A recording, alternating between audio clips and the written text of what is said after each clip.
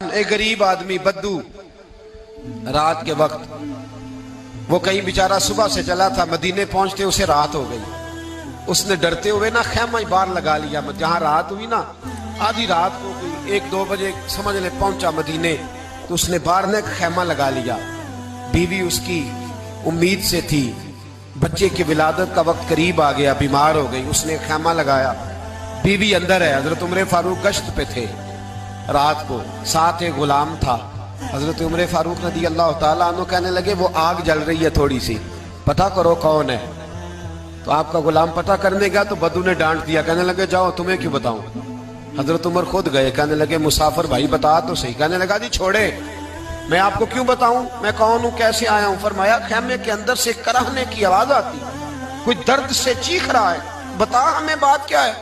کہنے لگا جی میں فلاں بستی فلاں علاقے کا ایک غریب ہوں، امیر المومنین عمر فاروق سے ملنے آیا ہوں، اور رات ہو گئی ہے تو یہاں خیمہ لگایا ہے، صبح میں ان سے مل کے چلا جاؤں گا۔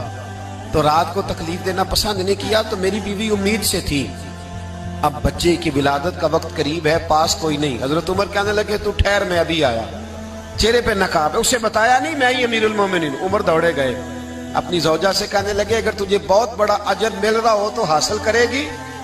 کہا کروں گی۔ تو کہنے لگے چل پھر میرے ساتھ، بہت بڑا اجر ہے۔ ایک دوست کے ہاں ولادت کا وقت ہے، ضرورت کی چیزیں ساتھ لے لو۔ اس عورت نے تھوڑے دانے لے لیے، گھی لے لیا۔ حضرت عمر سے کہنے لگی لکڑیاں اکٹھی کر لیں۔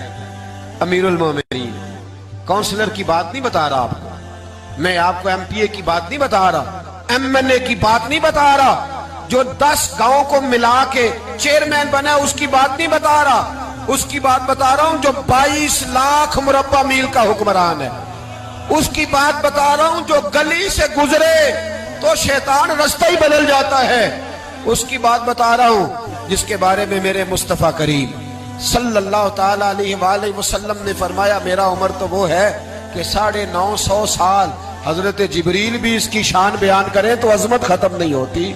اتنا بڑا شخص۔ حضرت عمر نے لکڑیاں اکٹھی کی، اینٹوں کا روڑے لے کے چولہا بنایا، پہنچ گئے۔ آپ کی زوجہ کہنے لگی یہ تھوڑے دانے ڈالنے، گھی ڈالنے اور ایک لکڑی لے کے اس کو ہلائیں، تیار کریں۔ خود زوجہ اندر چلی گئی، حضرت عمر باہر پکانے لگے۔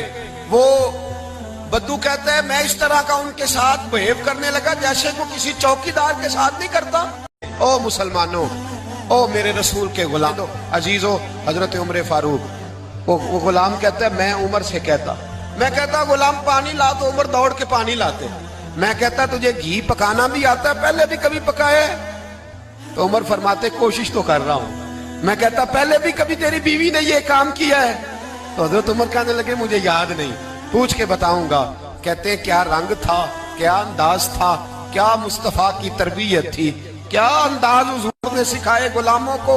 یہ کس طرح کا امیر ہے کہ یہ ہنڈیا پکا رہا ہے، پھونکے مار رہا ہے، ایک غریب کے لیے، دیہاتی کے لیے جسے جانتے بھی نہیں۔